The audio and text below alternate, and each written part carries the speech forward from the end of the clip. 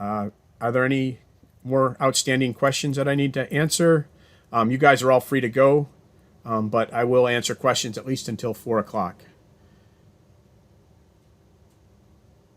Yeah, Python Tutor is allowed during the exam so long as it's only your own code that you're putting into it. Right? So serializing a set means accessing each element one at a time. So instead of getting the benefits of using the hash table, you're treating the set as if it were a list. And a list is a serial object. It has a front and a back, and you can walk through it. A set has a bag, right? You reach in and you grab the things out of it. You don't know what the order necessarily is. You could call it listifying if you want. Is it possible to like have your set at the end and then do like something like list parentheses your set, like turning back into a list, or is that not possible? Yeah. And what that'll do is it'll come out in random order. So right. Can you do like sort after doing that? Right. So we can come out here and we can say, what was our name? Our set was name set, right? Mm-hmm. So we have name set, right? And it's got a whole bunch of things in it. And we can say L equals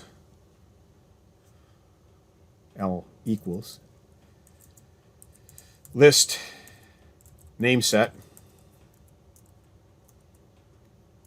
And then we could look at L, right? It's got to have a bunch of stuff, and it's going to be in a random order. It's actually the hash order, but for our purposes, we can consider it random. And then we can do L.sort. And now L is going to be in sorted order, right? With all the A's up front. Would this work the same if it had integers and strings? No, sorting won't work if you have mixed types. It has to be the same type. So that is a drawback. If you try it on a list, by the way, that won't work there either. Yeah. Okay. The other thing you can do, by the way, is what was our name set? If you use, remember we had the L.sort, the list.sort command, but then we also had the sorted command. Mm-hmm. Sorted will take a set, convert it to a list, and then return the sorted list. So it short circuits having to say the L equals a list of name set, right? So you can do this, and then L.sort, or you can do L equals sorted name set, and it's equivalent, and we wouldn't deduct any points for that. But that's how you'll see it generally. Oops, sorry, reached into the camera with my eerie arms not connected to my body. Yeah. It's a very nice green screen effect. I've been trying to find the right green shirt for a week or two. This is an old you can kind of read it, Taekwondo shirt from years back. So anyway. Look, thanks. Oh, you're welcome. Yeah. Wait, What so what's or, the okay. Hold on just a second. There's a question in the list that says what operations make set order change. You can't count on any order out of sets, right? So there's no concept of set order. Think of it as a random order. Basically, any insertion or deletion, or intersection or order operator, intersection or union or anything that changes the membership in a set can change the order. Generally, relative order is generally preserved. I'm not sure that that's always the case. Okay, go ahead. Oh, no, it's fine. I found it in the lecture notes. Okay, cool. Yeah, if we ask you to put something out from a set in specific order, you really got to know the sorting commands, because we will generally make it something that can be sorted. All right? You said if they're like different types, they can be sorted, right? If they're different types, they can't be sorted. So that is one of the hooks, right? You can still walk through a set, right? We can go through for n in name set. Oops. print n, but that's essentially serializing or turning it into a list. And when you do that, right, things start getting slow. Right, this will take us a while to go through. Whereas if we wanted to find out, a specific person in there, we can do that really easily. Okay, so just be careful. But that's what'll happen when you have mixed types in there and you can't sort it. Oh, the for loop already turns it into a list. Yeah, well, yeah, since it doesn't turn it into a list, but since it has to walk through everything, right? It has to walk through every element. That's the same as walking through a list. It's just an unordered list. I see. So you have the same number of operations, right? That's why you want to use. Go ahead. What would you do theoretically if you had all those names, the movie they appeared in, and the year the movie came out? Okay, so tuples are sortable.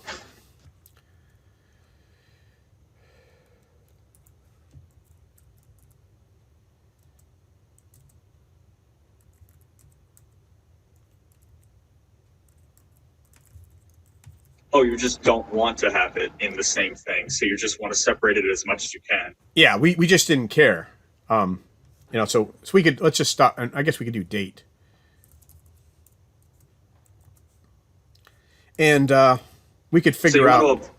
Go ahead. So you want to avoid mixing words and integers in lists as much as you can. Unless you need to for some reason, right? I mean that's kind of unless you need to. Yeah. Now if we do this, right? Let's say if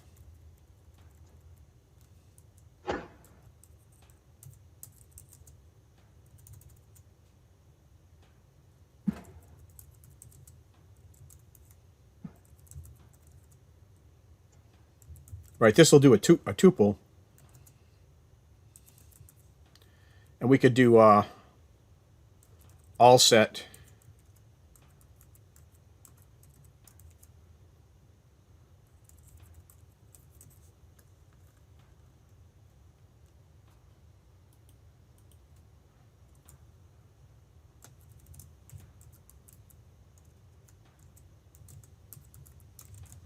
right. This should work. I haven't tried this.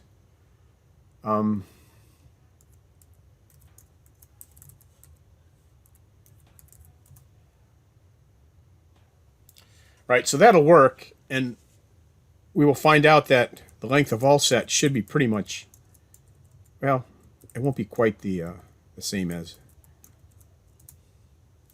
right?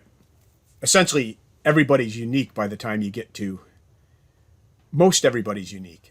It's not quite that case, but well, I mean, because some people enough. appear in some people appear in other movies and they have the same name. So yeah, and I think Tom Hanks actually appeared. If you look at the one about the North Pole and Christmas and what's that called? The Polar Express. If you look at Polar Express, I think he played 6 roles in Polar Express, so he comes in 6 times. But essentially it's the same. That movie. Anyway. I didn't write the movie. No, it's not. For good or bad. Writing, it's just like, Yeah, good or bad, and good, bad, or indifferent. I had nothing to do with it. No, I'm not. No, although I would like to have Tom Hanks money for it. My question is, would there be a question where you would have to go through a gigantic thing like that and print something with all of that data? Print a list with all that data. Oh, we might, and you can actually sort tuples too. So as long as the first element of the tuple is the same data type, you're okay. But that could show up. I mean, we wouldn't have you print out a lot of stuff on a test. Although, quite honestly, the code to print it out doesn't necessarily have to be long. Right? I mean, I can come in here and I can print.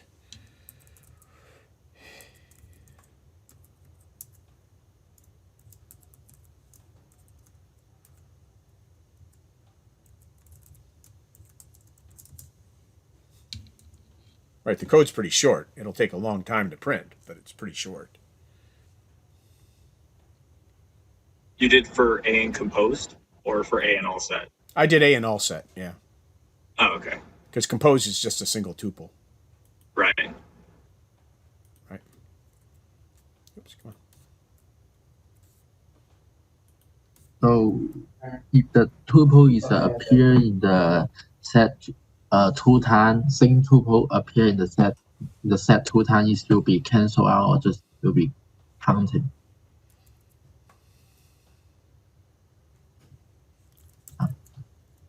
Oops, that's not what I wanted. So does the add function work on sets only, or like no, wait, no, not that. Does append work on it? Sets. Does dot append? I don't believe so. You can check it out, but I think you need to add. Append Okay. append assumes an order. So the question to the other one was, if we look at the size of all set,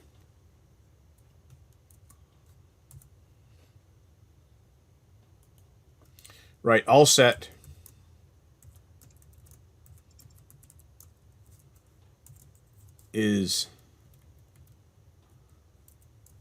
has 250,118 records.